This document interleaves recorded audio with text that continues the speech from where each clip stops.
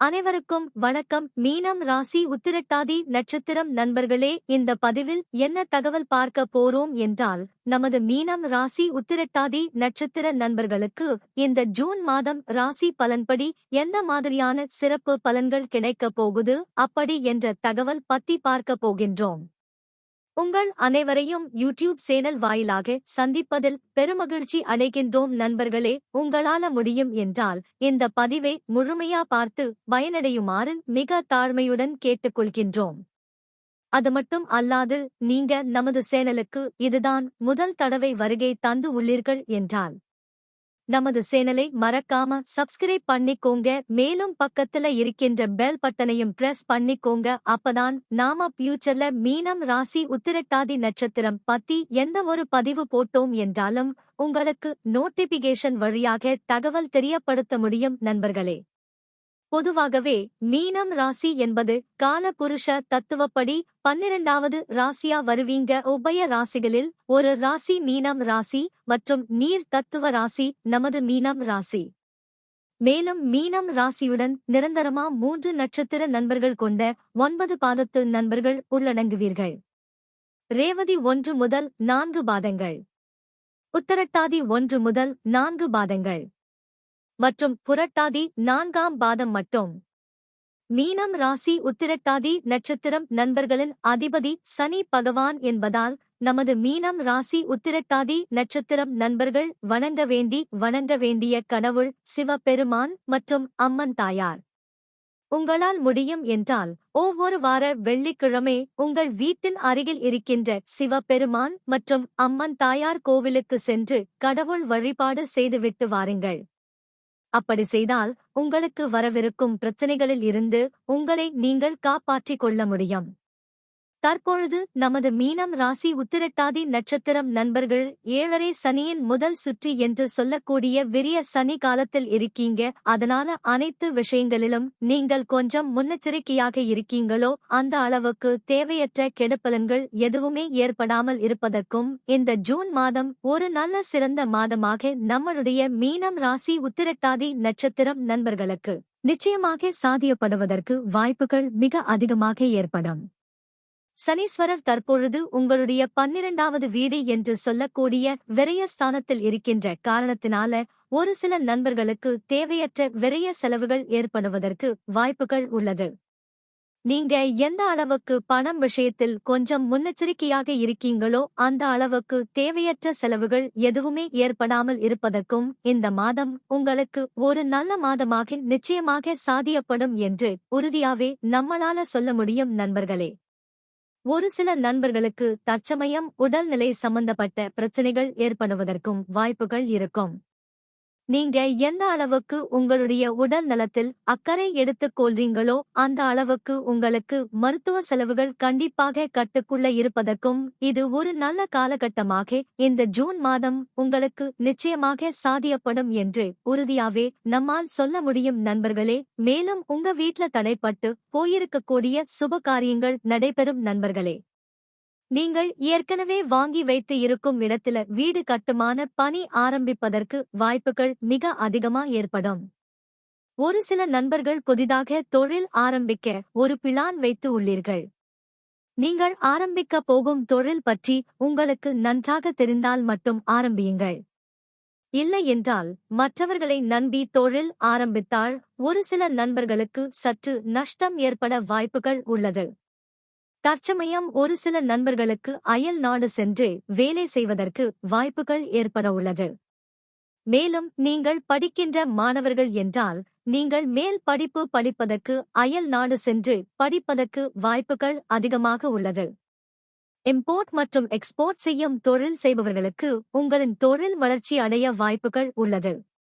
குரு பகவான் தற்பொழுது உங்களுடைய 3ஆம் வீடான முயற்சி மற்றும் உதவி ஸ்தானத்தில் அமர்ந்து இருக்கின்றார். இது குரு பகவானுக்கு மறைவு ஸ்தானம் ஆகும். ஒரு சில நண்பர்களுக்கு உங்களுக்கு மற்றும் உங்களுடைய இளைய உடன்பிறப்புகளுக்கு கருத்து வேறுபாடுகள் ஏற்பட வாய்ப்புகள் உள்ளது. நீங்கள் எந்த அளவுக்கு உங்களுடைய மனதை அமைதிப்படுத்திக் கொள்கிறீர்களோ அந்த அளவுக்கு உங்களுக்கு எந்த பிரச்சனைகளும் ஏற்பட வாய்ப்புகள் இல்லை. சொத்து சம்பந்தமான பிரச்சனைகள் ஏற்பட வாய்ப்புகள் உள்ளது. வேலை தேடும் நண்பர்களுக்கு உங்களுக்கு தகுந்த மாதிரி ஒரு நல்ல வேலை கிடைக்க வாய்ப்புகள் உள்ளது. படிக்கின்ற மாணவர்களுக்கு படிப்பு சற்று மந்த தன்மையாக காணப்படும். சற்று கடினமாக படித்தால் நீங்கள் படித்த விஷயங்கள் அனைத்தும் உங்கள் மனதில் நிற்கும். குரு பகவான் தற்பொழுது உங்களுடைய 7ஆம் வீடு என்று சொல்லக்கூடிய மனைவி மற்றும் கலஸ்திர ஸ்தானத்தை பார்க்கின்றார். இதன் காரணமாக ஒரு சில நண்பர்களுக்கு உங்களுக்கும் உங்களுடைய வாழ்க்கை துணைக்கும் ஏதேனும் கருத்து வேறுபாடுகள் இருந்தால் அனைத்தும் சரி ஆகிவிடும். ஒரு சில நண்பர்கள் விவாகரத்து கோரி கோர்ட் கேஸ் என்று சென்று இருந்தால் நீங்கள் இருவரும் ஒருவரோடு ஒருவர் மனதை விட்டு பேசிக்கொண்டால் நீங்கள் இருவரும் ஒன்று சேர்ந்து வாழ வழி கிடைக்கும். நீங்கள் கூட்டு தொழில் செய்பவராக இருந்தால் உங்களுக்கும் உங்களுடைய பிசினஸ் பார்ட்னருக்கும் சிறிது அளவில் கருத்து வேறுபாடுகள் ஏற்பட வாய்ப்புகள் உள்ளது. நீங்கள் சற்று பொறுத்து சென்றால் எந்த பிரச்சனைகளும் ஏற்படாது. மேலும் குரு பகவான் தற்பொழுது உங்களுடைய 9ஆம் வீடு என்று சொல்லக்கூடிய பாக்கிய ஸ்தானத்தை பார்க்கின்றார். இதன் காரணமாக ஒரு சில நண்பர்களின் தந்தைக்கு உடல் நலம் சம்பந்தப்பட்ட பிரச்சனைகள் இருந்தால் அனைத்தும் சரி ஆகிவிடும். மேலும் தற்சமயம் உங்களுக்கு திருமண யோகம் உண்டு.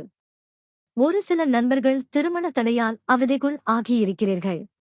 நீங்கள் இந்த ஜூன் மாதம் முயற்சி செய்தால் உங்களுக்கு பொருந்தக்கூடிய வகையில் ஒரு நல்ல வரன் உங்களுக்கு அமையும். மேலும் ஒரு சில நண்பர்களுக்கு கால சர்ப்ப தோஷமோ அல்லது செவ்வாய் தோஷமோ இருப்பதற்கு வாய்ப்புகள் உள்ளது. இந்த தோஷங்களுக்கு தகுந்த மாதிரி பரிகாரம் செய்துவிட்டால் உங்களுக்கு திருமணம் இந்த ஜூன் மாதம் முடிவதற்குள் கைகூடுவதற்கு வாய்ப்புகள் உள்ளது. குரு பகவான் உங்கள் 11ஆம் இடமான லாப மற்றும் மூத்த சகோதர சகோதரிகள் ஸ்தானத்தை பார்க்கிறார். இதனால் உங்களுக்கு செய்யும் தொழிலில் லாபம் கிடைக்கும். புதிய வேலை தேடுபவர்களுக்கு நிச்சயம் வேலை கிடைக்கும். கான்ட்ராக்ட் வேலையில் இருப்பவர்களுக்கு வேலை நிரந்தரம் ஆகும். அரசாங்க உத்தியோகம் எதிர்பார்க்கும் நண்பர்களுக்கு நல்ல அரசாங்க உத்தியோகம் கிடைக்கும். விவசாயம் செய்பவர்களுக்கு நல்ல லாபம் கிடைக்கும். புதிய தொழில் ஆரம்பிக்க வங்கியில் லோன் கிடைக்கும். உங்களுக்கு மற்றும் உங்கள் சகோதர சகோதரிகளுக்கு இருந்து வந்த கருத்து வேறுபாடுகள் விலகும்.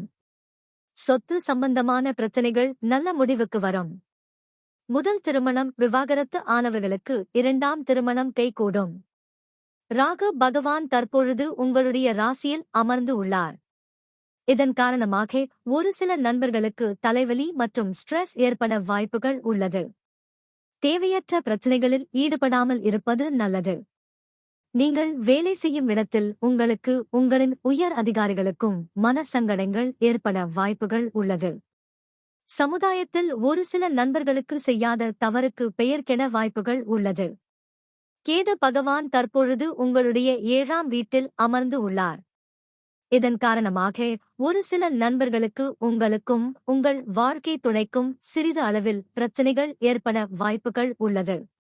எனினும் குரு பகவான் பார்வை 7ஆம் வீட்டில் விழுவதால் பிரச்சனைகள் அனைத்தும் முடிந்துவிடும். உங்களை வாழ்க்கை துணை சொத்துக்கள் வருவதில் சற்று கால தாமதம் ஏற்படும். சூரிய பகவான் தற்பொழுது உங்களுடைய 3ஆம் வீட்டில் அமர்ந்து உள்ளார். இதன் காரணமாக ஒரு சில நண்பர்கள் நீண்ட காலமாக அரசாங்க உத்தியோகத்திற்கு முயற்சி செய்து கொண்டு இருக்கீர்கள். நீங்கள் விடாமல் முயற்சி செய்தால் உங்களுக்கு நிச்சயமாக ஒரு நல்ல அரசாங்க உத்தியோகம் கிடைக்கும். உங்களுடைய இளைய உடன் பிறப்புகளுக்கும் உங்களுக்கும் பிரச்சனைகள் ஏற்பட வாய்ப்புகள் உள்ளது. பணம் சம்பந்தப்பட்ட விஷயங்களில் எச்சரிக்கையாக இருப்பது நல்லது. புதன் பகவான் தற்பொழுது உங்களுடைய 3ஆம் வீட்டில் அமர்ந்து உள்ளார். இதன் காரணமாக ஒரு சில நண்பர்கள் நீங்கள் எதிர்பார்த்த மாதிரி நல்ல வேலை கிடைக்க வாய்ப்புகள் உள்ளது. நீங்கள் மார்க்கெட்டிங் துறையில் இருந்தால் உங்களுக்கு பதவி உயர்வு மற்றும் ஊதிய உயர்வு கிடைக்க வாய்ப்புகள் உள்ளது. சுக்கிர பகவான் தற்பொழுது உங்களுடைய 3ஆம் வீட்டில் அமர்ந்து உள்ளார். இதன் காரணமாக ஒரு சில பெண்மணிகள் வீட்டில் இருந்தபடி பெண்கள் சம்பந்தப்பட்ட தொழில் ஆரம்பிக்க வாய்ப்புகள் உள்ளது. பியூட்டி ஷாப் வைப்பதோ அல்லது ஜுவல்ஸ் வாங்கி செல் செய்தால் நல்ல லாபம் கிடைக்கும். மேலும் நாம் கூறிய கோச்சார ரீதியான பொது பலன்கள் உங்களுக்கு பிடித்து இருந்தால் நமது சேனலை மறக்காம சப்ஸ்கிரைப் பண்ணிக்கோங்க. இந்த பதிவை பார்த்தமைக்கு மிக்க நன்றி. வணக்கம்.